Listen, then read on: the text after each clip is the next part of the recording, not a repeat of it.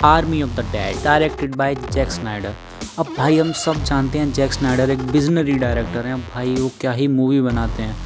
और Zack Snyder जैसा director अपनी मूवी की स्टोरी सिर्फ एक मूवी में तो कतई ख़त्म नहीं कर सकता। अगर आपको एग्जांपल के तौर पे देखना है तो आप डीसी यूनिवर्स की मूवी देख सकते हो।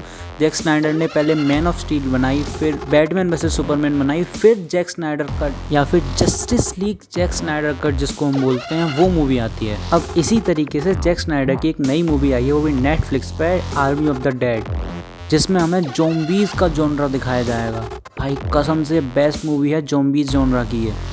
इसमें आपको अलग अलग भिन्न भिन्न प्रकार के ज़ॉम्बीज़ मिलेंगे भाई, दिमाग वाले ज़ॉम्बीज़, चूतिया ज़ॉम्बीज़, डम ज़ॉम्बीज़ एकदम एकदम।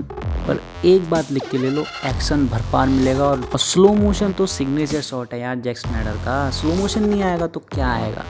देखो मूवी अपनी जगह बेस्ट है, पर मूवीज़ कुछ क्वेश्चन है जो पीछे छोड़ जाती है हमारे लिए, जिनके आंसर नहीं देती। मे बी वो अगले पार्ट में आंसर दे, तो हम आज उन आंसर को डिस्कस करेंगे, मतलब उन क्वेश्चंस के आंसर फाइंड करेंगे समहाउ, अगर मिल जाए तो। हेलो गाइस, मेरा नाम है उपदेश एंड आप देख रहे हैं second MTV। So let's go.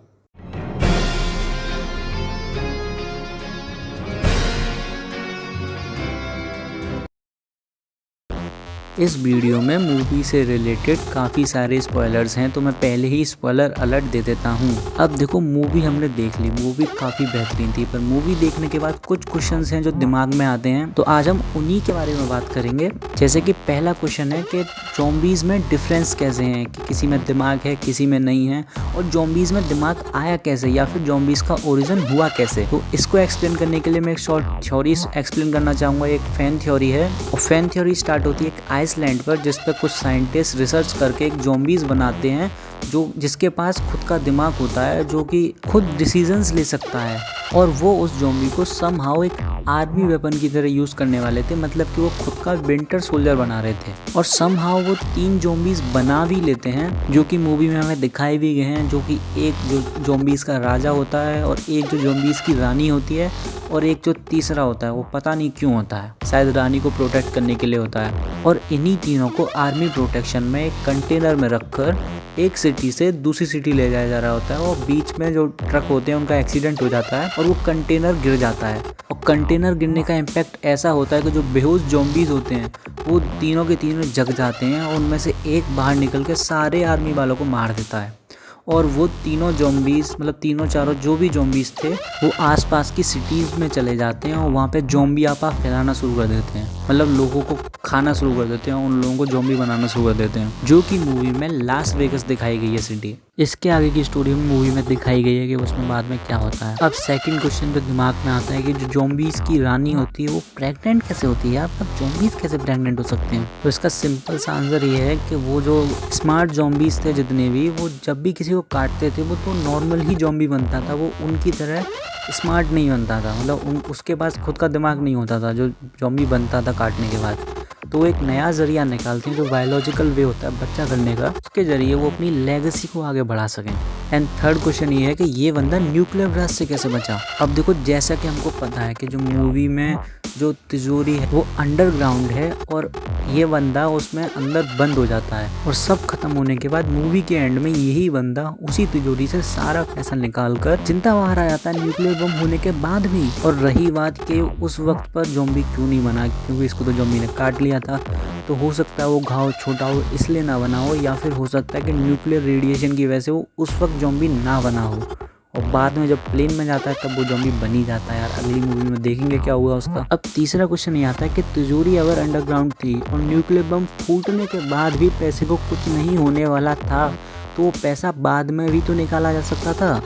भाई इतनी क्या जल्दी थी कि एक टीम बनाकर उस सिटी में भेजा गया जहाँ पे ज़ॉम्बीज़ रह रहे हैं। अब इस सवाल का आंसर हमको मूवी में भी बताया गया है, जब बटिस्टा भैया पूरी टीम बनाकर उसके पास जाते हैं जो उनको हायर करता है, जो उनको पैसे देने वाला होता है ये काम करने के लिए, पैसे निकालने के लिए, तो वो अपना खुद का एक बंदा उनके साथ भेजता है, पता नहीं क्यों भेजता है, शायद रखवाली के लिए। पर मूवी में आगे जाके दिखाते हैं कि वो बहुत बच्चों काटता है भाई, बहुत कर्री वाली, 2-3 लोगों को तो मरवा देता है ज़ॉम्बी से। भाई ज़ॉम्बियों की रानी का सिर काट के एक बैग में बंद करके ले जाता है साला। एक्चुअली में उसका जो मेन काम होता है वो ब्लड सैंपल इकट्ठा करना करना होता है, मतलब जो स्मार्ट ज़ॉम्बी हैं उस सिटी में उनका ब्लड इकट्ठा करना उसका काम होता है। ये हमें तब पता चलता है जब पासपोर्ट और वो बंदा बाहर रखवाली कर रहे होते हैं और पासपोर्ट उनसे बोलती है कि तुम्हारा काम ब्लड इकट्ठा करने का था, तुमने सिर क्यों काट लिया पूरा। तब वो बोलता है कि ज़ॉम्बीज का जो राजा है वो पक्का आएगा और वो अपनी प्रोटेक्शन की तरह इसके सिर को यूज करेगा। एक्चुअली में प्लान ये होता है कि जो बटिस्टा की जो पूरी टीम है वो एक तरीके से चारे की तरह यूज करी जाएगी ज़ॉम्बीज के खिलाफ, और जो बंदा उन्होंने खुद का भेजा है वो बंदा ब्लड इकट्ठा करके ज़ॉम्बी का हेलीकॉप्टर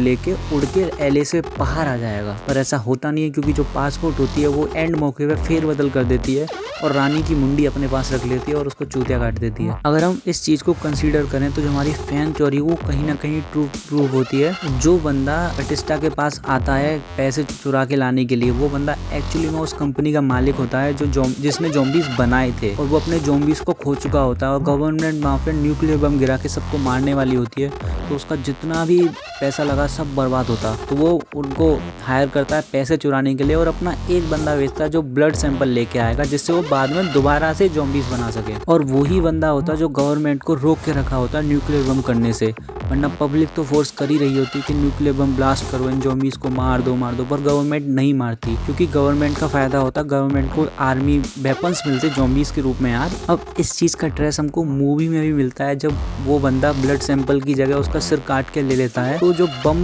गिरने की डेट होती है वो अचानक से शिफ्ट हो जाती है एक दिन पहले, और सिर्फ 90 मिनट बचती है उनके पास बम ब्लास्ट से बचने के लिए, क्योंकि उनको लगता है कि उनके बंदे के पास अब ब्लड आ गया, वो सीधा छत पे जाएगा, हेलीकॉप्टर में बैठेगा और बाहर निकल के भाग जाएगा, और इतने में 90 मिनट बहुत हैं। पर स्टोरी में क्या होता है ये हम सब जानते हैं, जो नहीं जानते वो मूवी देख के जान जाएंगे। अब देखो कुछ क्वेश्चंस हैं जो कि मेरे को भी नहीं पता, जैसे कि उसमें टाइम ट्रेवल वाला टर्म डाली है, तो टाइम ट्रेवल वाली टर्म किस तरीके से हुई, क्यों हुई, वो अगर अगली मूवी आएगी तभी पता चलेगा। और एक क्वेश्चन है जो कि मूवी के एक्शन एंड फाइट सीक्वेंस से रिलेटेड है कि आप जब भी कोई एक्शन देखोगे, फाइट सीक्वेंस देखोगे ज़ॉम्बीज के साथ, तो आपको ऐसा फील होगा कि आप कोई गेम खेल रहे हैं। लिटरली कोई भी आपने अगर ज़ॉम्बी रिलेटेड गेम खेला हो तो वैसे ही एक्शन सीन है कि गन के ऊपर कैमरा लगा हुआ है, गन से बंदों को मार रहे हैं। और अगर हम ये सब कंसीडर करें कि जो पूरी स्टोरी है वो एक गेम के अंदर है और गेम की स्टोरी है, तो हमारी टाइम ट्रेवल वाली थ्योरी भी प्रूव हो सकती है कि टाइम ट्रेवल कैसे हुआ होगा, क्योंकि हम जानते हैं जब भी हम कोई गेम खेलते हैं उसमें मर जाते हैं तो हमको एक सेकंड चांस दोबारा मिलता है खेलने के लिए, पर हाँ हमारी लास्ट नहीं मिलती यार उसमें। अब जो भी है, जैसे भी है, जो कुछ भी है वो हमको सेकंड पार्ट अगर आएगा तब पता चलेगा, जो कि अभी जल्दी में नहीं आने वाला, तो उसके लिए वेट करते हैं। और अगर आप यहाँ तक आ चुके हैं और आपको मेरी थ्योरी या मेरी वीडियो में जितने भी मैंने एक्सप्लेन किया आपको हल्का सा भी कुछ भी अच्छा लगा है, तो आप इस वीडियो को लाइक और शेयर और इस चैनल को प्लीज़ सब्सक्राइब कर लें भाई, मेरे को सपोर्ट मिलेगा आपके सब्सक्राइब से। So have a nice day, Tata. मैं मिलता हूँ आपको किसी और वीडियो में, गुड बाय।